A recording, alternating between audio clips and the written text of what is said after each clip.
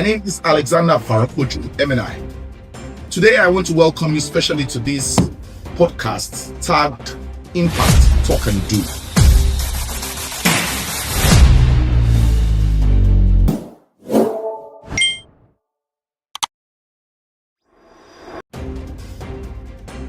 My name is Alexander FARANPOJO mni.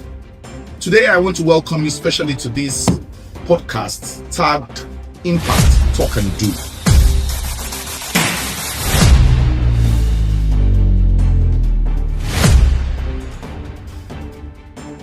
Alexander FARANPOJO mni. Today I want to welcome you specially to this podcast tagged Impact Talk and Do.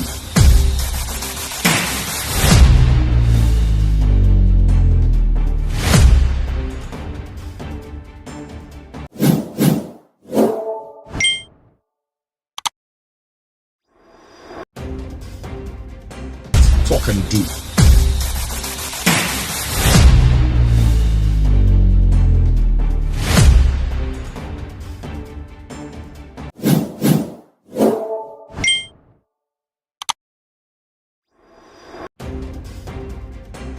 My name is Alexander FARANPOJO mni.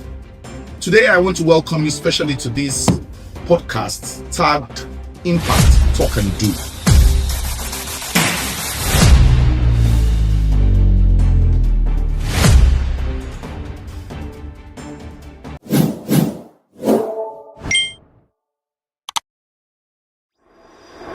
Tagged Impact Talk and Do.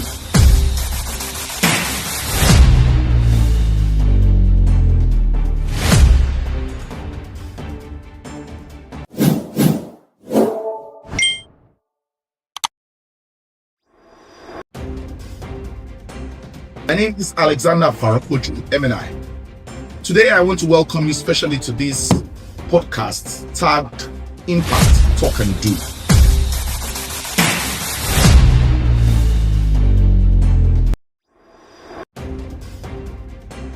My name is Alexander FARANPOJO mni. Today I want to welcome you specially to this podcast tagged Impact Talk and Do.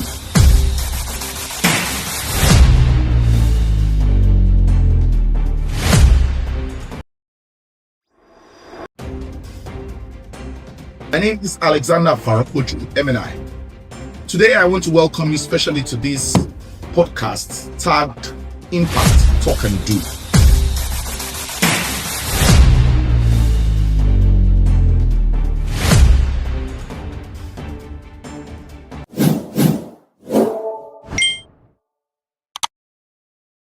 I want to welcome you specially to this podcast.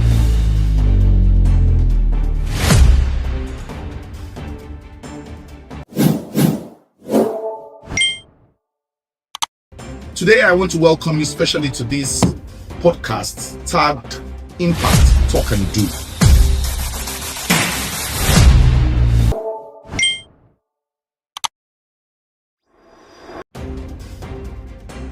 My name is Alexander FARANPOJO mni.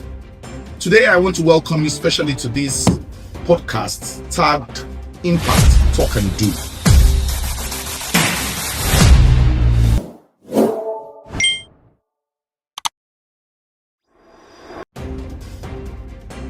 My name is Alexander FARANPOJO mni. Today I want to welcome you specially to this podcast tagged Impact Talk and Do. My name is Alexander FARANPOJO mni. Today I want to welcome you specially to this podcast tagged Impact Talk and Do.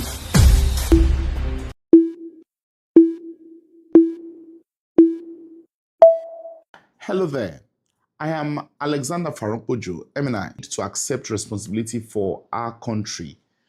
I believe that lending my voice out is the first step to make or to take in the direction of being part of the. I am conscious of the fact that sudden step, they start little by little, poco a poco like we call it, to build the society to whatever it will evolve. There's the one that comes as a top-bottom approach. Most times that is something that we see governments get involved with introduce a new philosophy, introduce a new. However, there is also the bottom wherein you find that from the society, there's a coalition, there's a gathering to begin to take responsibility for its own progress, especially where there's a deficit of effective leadership from the top-bottom approach. The truth about it is that in the nations that we live in, wherever we find ourselves, it would seem to me that the most effective societies that have evolved are the ones that come from the bottom to the top, whereas both of them can complement themselves. But I also believe that in the society we live in today, we can enjoy the beauty of the bottom-top. By bottom-top approach, what we simply refer to is that societies can act together to produce systemic development by building local capacity, from the top, pulling of having the government coming to intervene, whereas the society moves things from the approach of the ground up without waiting for government. You keep waiting, you keep wasting. And I want to say to you that it's important that we start to see how things can change. In the last episode, I was speaking about how that we should, communities like China, a whole nation, Sahara, we've seen how it also contributes to the evolution of our country, the storytelling of our country, from how you and I come to a place where we contribute what we can from the bottom to the top. We don't have to always be at the center or the place of government or governance to make things work. I did suggest something about how homes and communities should begin to take responsibility for themselves. He believes, in fact, that I remember calamity is faced because to the subject of economic strength, economic development, indices and index of growth and all of those things. She was coming from the place of parenting. They contribute significantly to the kind of society that we find ourselves, because children that are not catered to will seek for care on the streets and will not mind perspective to the matter. Start to see the value for human life, we'll probably begin to know that it will become a crime when you introduce life into this world without having the capacity to take care of him or her. If you watch what happened to China, at some point they had to, I don't know if that law has changed now, but I think it's still active. That you cannot have children just randomly, because they've come to see the role in which frustrates the growth of a society. So today I want to challenge us with that conversation and ask, what do you think? What are the things that you think our country should start to think of doing into the importance of the value for human life? This subject of value for human life is a very passionate one for us here in Virtues. And I believe that it is the value you place on the thing life. Usually what we expect is that your commitment will be top notch, where you can give your very best to that same life and ensure that don't go anywhere. Please stay right tuned. I'll be back after this break. My name is Alexander FARANPOJO mni. Today I want to welcome you. We're still tuned to this program where we talk impact. Before I continue at this point, regret the loss of different theaters of war that is currently ongoing. We commiserate with the families and pray that God will give them stronger fortitude to bear the loss at this time. Nothing replaces the pain of a loved one, really and truly. And I'm praying that at this time, God will comfort them and reassure them that more than the one who is departed is his ever abiding presence. May the Lord grant the departed rest and comfort the living, and the families of the departed rest at this time and fortitude to bear the loss. Amen. All right. So on that note, I want to speak to the subject of leadership and value for human life. I am concerned daily about what people understand leadership to mean. I think there's a side of us that thinks leadership is all about the government at the top, whoever is in power and whoever controls the money, whoever controls the military or the might has leadership, or whoever is in front. Well, none of those definitions can truly not be right, because indeed they speak to the kind of posture we've been exposed to as leadership. However, in this conversation, it is my modest attempt to point to us that leadership essentially is to get things done by influencing others. Anybody who can influence another person, can be said to be a leader at that time. And the strongest, perhaps, the first point of call for effective leadership before we step outside our homes is the home itself, the family. In our homes, we must remember that that is the first place where we get to even learn what life can look like. And then we take whatever is from the home outward to practice. So leadership begins with influence. Its first definition comes to speak to the subject of influence. If you can influence somebody to buy something that he did not plan to buy, or make him buy more of whatever he wants to buy, you are a leader. And that's why today I want us to take leadership from ground upwards. Now, the essence of what I'm doing is very clear. You cannot continue to complain about what you cannot control. So the idea here is not to only speak to the leadership from the top, because they will hardly really respond to us if we just keep talking. While we speak to that leadership also, I want to find a way where we can manage what we can control and get something done about it. So I'm speaking about leadership and the value for human life. I believe very strongly that whether life really means anything. And that's why before I continued in this segment of the program, I had to stop to acknowledge the life lost in theaters of war in this country at some point in the month. And this is so important to see that life must be sacrosanct. There must be sanctity of life. There must be the value that we place on every human being in our society.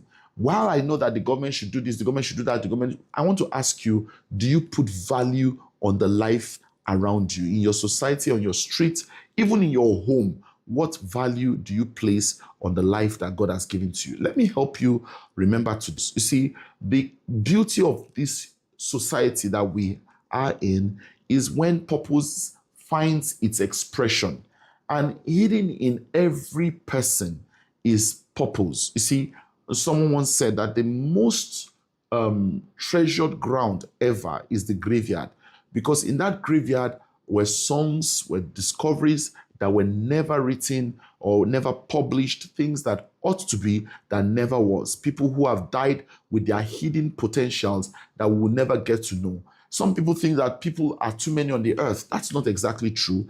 I agree that people are on the earth. There are about 8 billion people we hear today on the earth. But essentially, what we must not forget to do is that as long as the living is alive, there is hope for progress and advancement. We must therefore learn to celebrate the living and not just mourn with the dead. We must get to the point where we start to see that life has potential in it. And as long as we value that life, those potentials will never give to themselves. Civilizations have been possible or made possible just because some individuals took up the responsibility to advance humanity by their discoveries, by their sacrifices, by their philosophies. And so societies evolve and make progress because some persons paid the price through their own commitments, through their discoveries, and all of that. If such people were never given a chance to live, perhaps we would not have made advancements like we have today. And maybe those that have been put to, to be unalived, like we call it these days, may have been people who have founded solutions to our society's problems or found better ways of doing things as at today. We're grateful for so far. But in today's context, I want us to see that if you are able to influence any community, you must start to see the individuals in that community as the potentials, the potent traits that can make that community better. People from outside may come to add value to what we begin to see life, is what I want to address today as the first point. That we should begin to see life from the fact that life has sanctity, and we begin to cherish it. We begin to regard it. In an attempt to do this, I highlighted a few things that I think can be, used as a roadmap towards demonstrating better value for life and showing that of a truth, we begin to see that there is something called value for every life. There's something that if you're a father, if you're a mother, Everyone has his own value, and that value is in their purpose or what they contribute to support. Sometimes people that we value may not be the frontline leaders of an initiative, but their support goes a mighty long way in getting that initiative that they can support, to be established. Just like we see that in some societies, the votes, the people that are there to render their votes may not be the ones voted for, but their value that they bring to the table is all important. So how do we allow this to show the intrinsic dignity for the life? Treat every person as a definite entity that exists for a purpose. Measure outcomes by human flourishing, that this person can become something. Let it please your heart that people mean something to you and that their progress counts for significance for you. Number two, there should be relational worth. In other words, value arises in social contexts. That is, policies, that we make values that, okay, for example, when you see that a bridge, for example, let's use an example, a bridge that is built, you can say a bridge is built to move you from point A to point B. But that bridge, unfortunately, everyone that goes past that bridge dies. So the bridge is built to move people, but you have casualty from the bridge being built. So you don't want to build or do something without considering the value for the people you are building it for. So the bridge is built, but people are dying from it. That means you did not build the bridge with the value for life when you were constructing it. So you say cars are collapsing on a certain road, or there is no security lights, or people cannot cross the express road because there's no pedestrian bridge. You'll see that at the root of every real development is because in that society. Therefore, wherever you are as a community leader, as a family leader, as a societal leader, as a leader in the Senate, wherever this message will meet you, you must begin to see life and every policy you take through the value and the worth of the life that you are sent to protect. Policies don't design just so that they can be like monuments fit for use. This has informed Standard Organization of Nigeria, for example, in the country where I am at this time. You have people who have begun to see that before you should affect our education, the classrooms, what we build, where we live, what we do. And so I'm simply saying today, in clear terms, that as a leader, community level, family level, societal level, church level, organizational level, begin to see you do not know it does not mean it does not exist. Number two, you must begin to find what we call the relational worth of that person. From interacting with that individual, from relating to that individual, it's your job to help the person's potential begin to find the light of day. And that's why you should not despise whatever your selves as privileged people, somebody in that society out, providing a level of civilization in the communities and the relational value between leadership and every individual around you, because each life has value to offer. The more we value it, the more our societies become better. What value can you place on the life in the way you perceive it today in your society? How can human life be better valued? Let's talk in the comments below. Thank you for listening. I'll continue this conversation at the next opportunity and listening. Good day and God bless.